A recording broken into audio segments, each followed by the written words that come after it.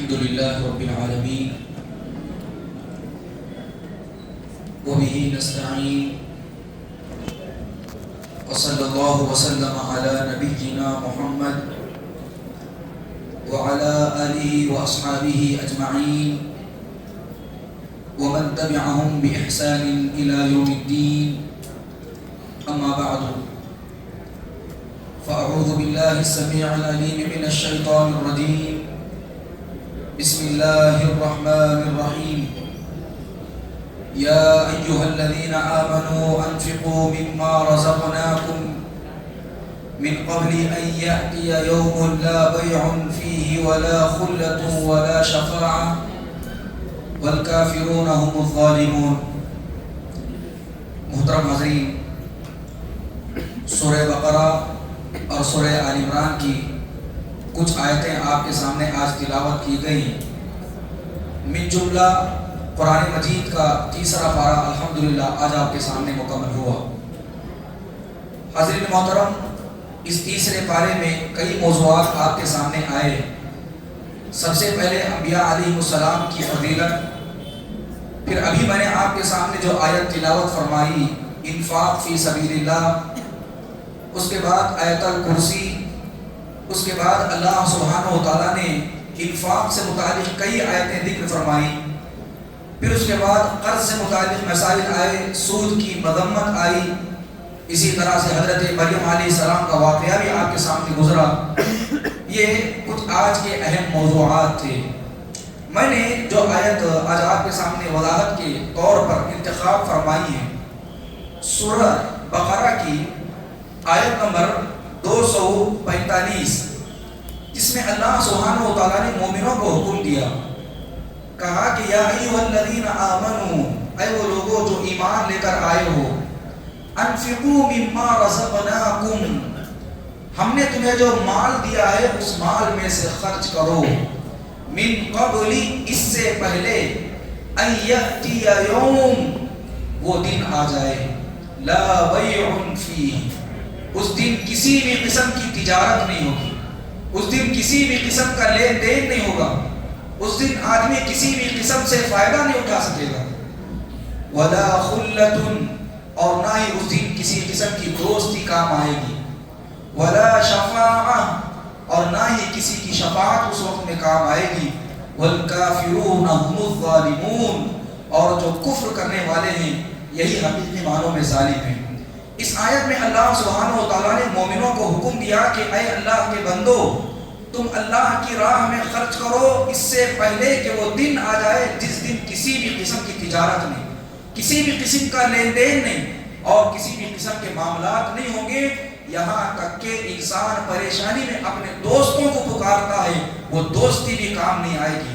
اور دنیا میں جن کو تم اپنا سفارشی سمجھتے تھے، جن کو اپنا شفاعت والا سمجھتے تھے، وہ شفاعت بھی اس وقت میں کام نہیں آئے گی. اللہ نے کہا حقیقی معنوں میں جو کفر کرنے والے ہیں وہی ظالم ہیں. دوسری جگہ پر اللہ سبحانہ و تعالیٰ نے سورۃ المنافقون میں ارشاد فرمایا، کہا کہ یا ایھا الذین آمنوا لا تلہکم اموالکم ولا اولادکم عن ذکر اللہ، تمہارا مال، تمہاری اولاد تمہیں اللہ سبحانہ و تعالیٰ کے ذکر سے غافل نہ کرے. وَمَن يَفْعَلْ ذَلِكَ، جو آدمی اس طرح کی حرکت کرتا ہے، فَأُولَٰئِكَ هُمُ الْخَاسِرُونَ، وہ بندہ خسارہ اٹھانے والوں میں سے شمار کیا جائے گا. وَأَنفِقُوا مِمَّا رَزَقْنَاكُمْ مِن قَبْلِ أَن يَأْتِيَ أَحَدَكُمُ الْمَوْتُ، اے اللہ کے بندو، تمہیں ہم نے جو مال دیا ہے اس مال میں سے خرچ کرو اس سے پہلے کہ تمہاری موت آ جائے. تمہارا جو ہے بدن کپ کپانے لگے، لرزنے لگے، اور تمہارے بدن سے جان نکلنے لگے، اس وقت کے آنے سے پہلے اللہ نے جو تمہیں مال دے کر رکھا ہے اس مال میں سے خرچ کرتے رہو. ان یأتی احدکم الموت فیقول رب لولا اخرتنی الی اجل قریب، آدمی کی جب موت آئے گی تو ایک تمنا کرے گا کہ اے اللہ سبحانہ و تعالیٰ تھوڑی سی مہلت مجھے دے دے، تھوڑا سا وقت مجھے دے دے کہ میں ان یتصدق لولا اخرتنی الی اجل قریب فاصدق واکن من الصالحین، میں اللہ کی راہ میں صدقہ کر سکوں اور نیک اور صالح لوگوں میں سے میرا شمار ہو سکے. اس آیت کی تفسیر میں علماء نے ایک بڑی نکتے کی بات یہ فرمائی ہے کہ موت کے موقع پر انسان صدقے کی ہی کیوں آرزو کرے گا؟ اللہ سبحانہ و تعالیٰ نے حکم دیا کہ تمہاری موت آنے سے پہلے یا اس دن روزے محشر میں کھڑے ہونے سے پہلے اللہ نے جو تمہیں مال دے کر رکھا ہے اس مال کو خرچ کر کے اپنے لیے ذخیرہ آخرت بناؤ اور اپنے لیے جنت کا ذریعہ بناؤ. کہیں ایسا نہ ہو کہ یہ مال تمہارے لیے وبال جان بن جائے. آدمی جب موت کی حالت میں ہوتا ہے اور اس سے روح قبض ہوتے رہتی ہے، اس کے دل میں ایک آرزو ہوتی ہے، ایک تمنا ہوتی ہے. اللہ سبحانہ و تعالیٰ سے وہ ایک آرزو کرتا ہے کہ اے اللہ تھوڑا سی مہلت دے دے، کچھ سیکنڈ دے دے اور میرے اندر وہ طاقت اور قوت دے کہ میں زبان کھول کر بولوں کہ میرا جو مال میں نے خون پسینے سے، محنت سے اور مشقت سے کمایا ہے وہ تیری راہ میں خرچ کر دوں اور مجھے جو ہے آنے والے ایام میں کچھ مل سکے. حاضر محترم، شیخ محمد بن صالح العثیمین رحمۃ اللہ علیہ فرماتے ہیں کیونکہ انسان کو اس وقت میں احساس ہوتا ہے اب میری جان نکلنے والی ہے، مجھے کوئی زیادہ وقت ملنے والا نہیں ہے. اب جب تھوڑا سا وقت ملے گا، تھوڑے سے وقت میں آدمی کون سی نیکی کر سکے گا؟ آدمی کون سی نیکی کر سکے گا؟ وہ کون سا کام کرے گا، وہ کون سی حرکت کرے گا کہ جس کی وجہ سے اس کو فائدہ زیادہ ملے؟ آدمی تھوڑے سے وقت میں زیادہ فائدہ حاصل کرے، ہمیشہ یہی چاہتا ہے، اس کی یہی خواہش ہوتی ہے. تو اس وقت میں 2 رکعت نماز پڑھنے کے لیے کم از کم 5 سے 4 منٹ اس کے لیے مطلوب ہوتے ہیں. اس کو روزہ رکھنے کے لیے پورے کا پورا دن مطلوب ہوتا ہے. حج کرنے کے لیے وہ وقت چاہیے اور زکوٰۃ دینے کے لیے اس کو حولان حول چاہیے. اب موقع صرف ایک رہے گا، اپنی محنت کی جمع پونجی وہ آنن فانن وصیت کر دے اور کچھ سیکنڈوں میں لکھ دے، اللہ سبحانہ و تعالیٰ کی راہ میں چلی جائے، اس کو اس کا اجر ملتا رہے گا، ثواب جاریہ اس کو ملتا رہے گا، پہنچتا رہے گا. قبر میں بھی اس کو اس کا ثواب ملتا رہے گا اور آخرت میں تو اس کے حق میں وہ ثواب ہے ہی. دیکھیے ایک صحابی رسول ہے حضرت ابو ہریرہ رضی اللہ عنہ کہتے ہیں کہ ایک آدمی نبی اکرم صلی اللہ علیہ وسلم کے دربار میں حاضر ہوئے اور پوچھنے لگے کہ اے اللہ کے رسول صلی اللہ علیہ وسلم، ای الصدقۃ اعظم، سب سے فضیلت والا صدقہ کون سا ہے؟ ہم اللہ کی راہ میں مال خرچ کرنا چاہتے ہیں، کون سا مال اللہ کی راہ میں خرچ کریں اور کب خرچ کریں کہ جو ہمیں فائدہ ملے گا؟ نبی اکرم صلی اللہ علیہ وسلم نے ہمیں اصول دیا. اللہ سبحانہ و تعالیٰ نے آج ہمیں کچھ مال دیا ہے، اللہ سبحانہ و تعالیٰ نے ہمیں کوئی بڑی نعمت عطا کی ہے، تو یہ سب سے اس کا بہترین وقت ہے. نبی اکرم صلی اللہ علیہ وسلم نے کہا ان تصدق وانت صحیح شحیح، اس وقت میں اللہ کی راہ میں مال کو خرچ کرو جب تم صحیح سالم ہو، اللہ نے تمہیں حیات دی ہے، وہ شحیح اور تمہارے اندر بخل کا ڈر ہے. کب خرچ کرنا ہے؟ کب خرچ کرنا ہے؟ اس وقت میں خرچ کرنا ہے جب اللہ نے تمہیں مال دیا ہے، صحت دی ہے، طاقت دی ہے، تم مال دے سکتے ہو، اس کے باوجود بھی تمہارے اندر بخیلی کا ڈر ہے، اس وقت میں خرچ کرو. یہ صدقہ اللہ سبحانہ و تعالیٰ کو بہت پسند آتا ہے. اس کے بعد آگے نبی اکرم صلی اللہ علیہ وسلم نے کہا تخشى الفقر وتأمل الغنى، تمہیں فقر و فاقے کا ڈر ہو، اگر میں اپنے جیب سے نکال کر اللہ کی راہ میں خرچ کروں کہیں ایسا نہ ہو کہ میرے فقر فاقے پڑ جائیں، مجھے مال کی قلت محسوس ہو، اور تم اس امید اور اس آرزو سے خرچ کرو کہ اللہ سبحانہ و تعالیٰ تمہارے اس خرچ کرنے سے تمہیں بے نیاز کر دے گا. اس وقت میں خرچ کرنا اللہ سبحانہ و تعالیٰ کو یہ صدقہ بہت زیادہ پسند ہے. حتی اذا بلغت الحلقوم، یہاں تک کہ آدمی جب اس کی جان اس کے حلق تک آ پہنچتی ہے وہ کہتا ہے لفلان کذا ولفلان کذا، یہ مال اس کے لیے، یہ مال اس کے لیے، یہ مال اس کے لیے. تو فرشتے کہتے ہیں اب وقت نکل چکا ہے، اب تیری گاڑی پار ہو چکی ہے، اب تو یہ کہے کہ یہ مال میں فلاں جگہ خرچ کرتا ہوں، فلاں جگہ وصیت کرتا ہوں، نہیں. جب تمہاری جان حلق کو پہنچ جائے اس وقت میں کوئی عمل قبول نہیں ہوتا، کوئی عمل اللہ سبحانہ و تعالیٰ کے پاس قابل قبول نہیں ہے. فرشتے کہتے ہیں کان لفلان، یہ مال تیری اہل اولاد کے لیے ہے، اب تو جو صدقہ کر رہا ہے وہ تجھے صدقہ فائدہ نہیں پہنچائے گا. حاضر محترم، اللہ سبحانہ و تعالیٰ نے انسان کو پیدا فرمایا، اس کو طاقت دی، قوت دی، مال کا وارث بنایا. یہ مال اللہ سبحانہ و تعالیٰ کا مال ہے اور اللہ نے انسان کے دل میں اس کی محبت بھی ڈالی. یہ آزمائش ہے انسان کے لیے اور فطرت بھی ہے کہ انسان کو اس کے مال سے محبت ہوتی ہے. اور اس آزمائش میں اللہ سبحانہ و تعالیٰ نے اس کو حکم بھی دیا کہ اے اللہ کے بندو انفقوا مما رزقناکم، ہم نے جو تمہیں مال دیا ہے اس مال میں سے تم خرچ کرو. اس کی مثال آپ اس طرح سے لیجئے، اگر میں یہ مثال صحیح ہو، اگر آپ کو سمجھ میں آتی ہو، آپ اپنے بیٹے کو کچھ پیسے دیتے ہیں، کہ اے بچے یہ پیسے لے اور فلاں فلاں فلاں جگہ پر خرچ کرو. وہ پیسے لے کر اپنے پاس رکھتا ہے اور کہتا ہے کہ میں کیوں خرچ کروں، یہ پیسہ تو میرا پیسہ ہے، یہ مال تو میرا ہے، جب میرے پاس پہنچ گیا ہے میں اپنے والد کی بات نہیں مانوں گا. ظاہر سی بات ہے باپ کو غصہ آئے گا، میرا پیسہ ہے، میں نے دیا ہے، میں نے حکم دیا ہے اور میری نافرمانی کر رہا ہے. اللہ سبحانہ و تعالیٰ کی غیرت بندے کی غیرت سے کہیں زیادہ ہے، ہم اس کا حساب نہیں لگا سکتے. اللہ سبحانہ و تعالیٰ نے بھی ہمیں مال کا وارث بنایا اور کہا کہ اس مال کو خرچ کرتے رہو، اللہ کی راہ میں دیتے رہو. اور اللہ نے یہ وعدہ بھی دیا تم دو میں تمہیں دوں گا. انفق، تم خرچ کرو، ينفق علیک، اللہ سبحانہ و تعالیٰ تم پر خرچ کرے گا، اللہ سبحانہ و تعالیٰ اس کا بہترین بدلہ تمہیں عطا کرے گا. اللہ سبحانہ و تعالیٰ مال پہ وسعت کیسے لاتا ہے؟ اگر کوئی آدمی صدقہ و خیرات کرتا ہے، اللہ سبحانہ و تعالیٰ کے وعدے پر بھروسہ کرتے ہوئے مال کو خرچ کرتا ہے، اس کا مال اس کے لیے کیسے لوٹ کر آتا ہے، کیسے اس کو اس کا اجر ملتا ہے. ایک مثال کے ذریعے سے آج ہی یہ آیت تلاوت کی گئی، سورہ بقرہ کی آیت نمبر 261 میں اللہ سبحانہ و تعالیٰ نے مثال کے ذریعے سے واضح فرمایا. کیا بہترین مثال اللہ سبحانہ و تعالیٰ نے دی. دیکھیے کہا مثل الذین ينفقون اموالهم فی سبیل اللہ، ان لوگوں کی مثال جو لوگ اللہ سبحانہ و تعالیٰ کی راہ میں مال کو خرچ کرتے ہیں، کمثل حبۃ، ایک دانے کی طرح ہے. ایک آدمی ایک دانہ اللہ کی راہ میں اگاتا ہے یا خرچ کرتا ہے تو اس کی مثال ایک دانے کی طرح ہے. انبتت 7 سنابل، وہ ایک دانہ 7 ڈھالیاں اس سے اگتی ہیں. آپ نے دیکھا ہے کبھی ایک چھوٹا دانہ آدمی جو ہے ڈالتا ہے زمین میں، ہو جاتا ہے، اس کے بعد جب وہ بڑا ہوتا ہے تو اس سے 7 ڈھالیاں نکلتی ہیں اور اس 7 ڈھالیوں میں تقریباً 100 دانے ہوتے ہیں. اللہ نے وہی مثال دی، کہا کہ کمثل حبۃ انبتت 7 سنابل فی کل سنبلۃ 100 حبۃ، اور ہر ڈھالی میں 100 دانے ہوتے ہیں تو تقریباً 7 ڈھالیوں میں 700 دانے ہوتے ہیں.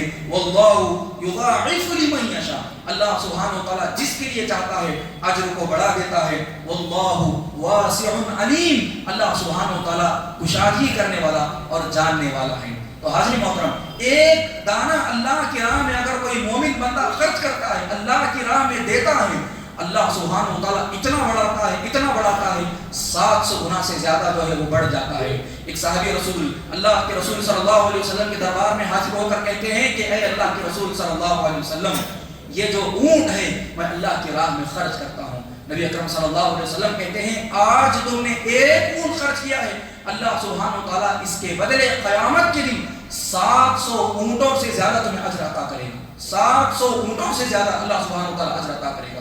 اللہ سبحانہ و تعالیٰ تمہارے صدقات کی کیسے حفاظت کرتا ہے.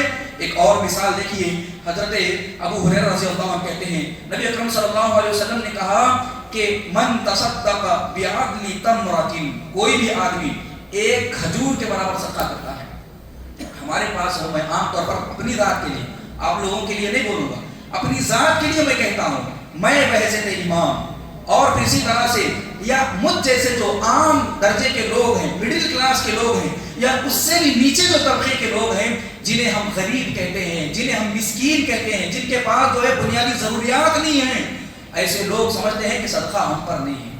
دیکھیے صدقے کا مطلب یہ نہیں ہے کہ آپ جو ہے 1,00,000 2,00,000 50,000 10,000 5,000 ہی صدقہ کریں.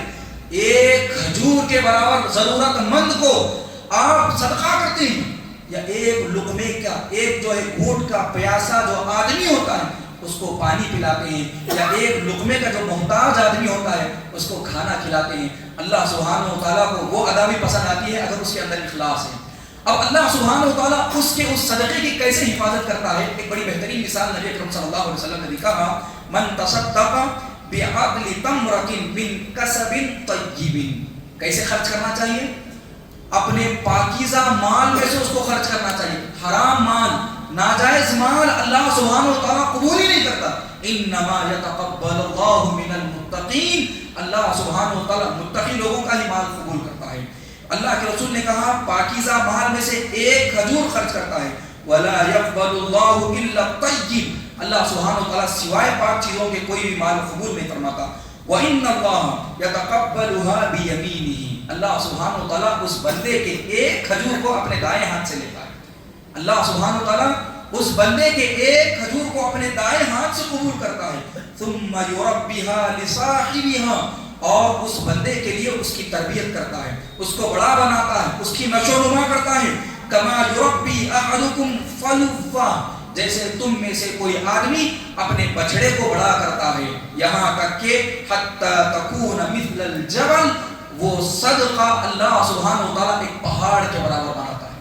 قیامت کے دن بندہ آئے گا، اللہ سبحانہ وتعالیٰ پہاڑ کے برابر نیکیاں اس کو دکھائے گا.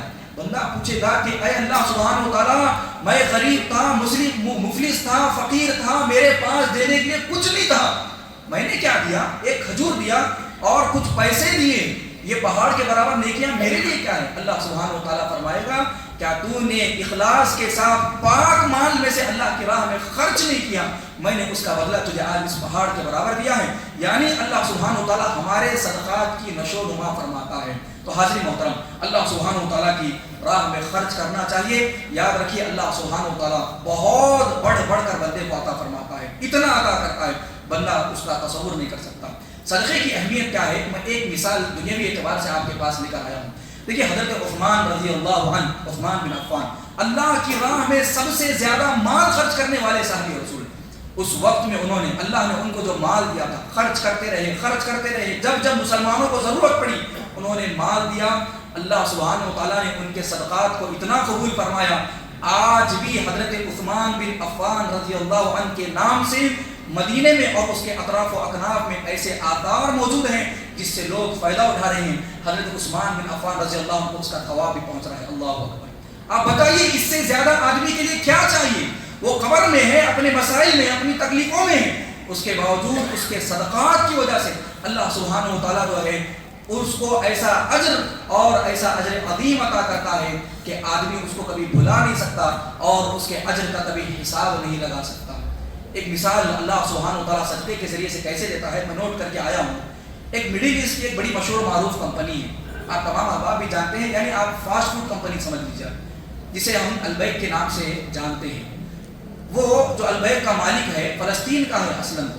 اس نے اس زمانے میں فلسطین سے ہجرت کر کے وہ مکہ کے کسی قریبی علاقے میں آیا، وہاں پر آباد ہوا. اس کی بیوی کو کچھ مسالہ لگا کر چکن پکانا اچھا آتا تھا. اس نے چھوٹی سی بنڈی سے شروعات کی، اللہ نے ترقی دی، یہاں تک کہ ایک جب پہلی برانچ پڑی تو میاں بیوی نے آپس میں یہ طے کیا کہ اب سے جو بھی آرڈر آئے گا اس پر 1 ریال اس زمانے سے انہوں نے لگا دیا. 1 ریال ہم اللہ کی راہ میں خرچ کرتے رہیں گے، کبھی روک کر نہیں رکھیں گے.